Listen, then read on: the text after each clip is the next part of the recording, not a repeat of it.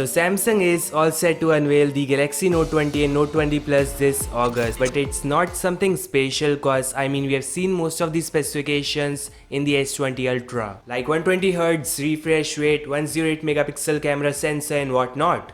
What's special is that S Pen and the boxy design with curved edges. Yeah, that's what left to differentiate the Galaxy Note and Galaxy S lineup right now. Disappointing part is the standard Galaxy Note 20 is coming with a plastic back and 1080p 60Hz panel. They same old Exynos 990 CPU, which is like icing on the burnt cake. Now some news on the Galaxy S21 which may convince you to skip the Galaxy Note 20 series. So latest information says Samsung will be launching 3 Galaxy S21 variants, the S21, S21 Plus and the S21 Ultra. Yes, that's what they did with the S20 series, so nothing surprising here. The model number coming with the S21 series is SMG9N1 for S21, SMG9N6 for S21 Plus and SMG9N8 for the S21 Ultra.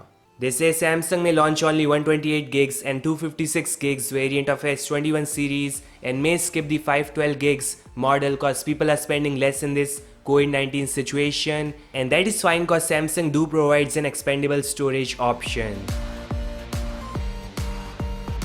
Now rumors are the Galaxy S21 is coming with an under-display camera solution, which is the in-display selfie shooter, meaning no notches, no holes, a full screen panel. This may be exclusive to the high-end model like the S21 Ultra, and this design is gonna be expensive for sure. Rumors from Korea also claims that Samsung will be using OIS, optical image stabilization, in the front-facing selfie shooter of S21 series, and this is gonna help you capture some non-blurry shots and also great night images. So yes, this is overall a huge improvement both in terms of design and camera from S20 and Note 20 series. The S21 is gonna be a total beast. Samsung is also joining hands with AMD and will be launching the Exynos CPU featuring AMD graphics next year. Right now Samsung is using Mali GPU with Exynos, so AMD is for sure gonna improve the gaming performance and overall performance.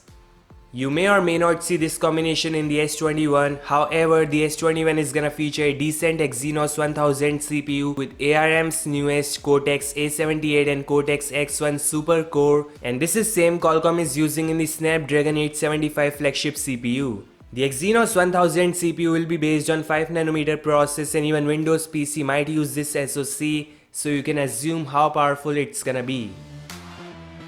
So yes, it's for sure better option if you skip the Galaxy Note 20 and Note 20 Plus. This is all guys, what do you think? Let me know your thoughts in the comment section and I'll meet you guys in the next one. Peace out.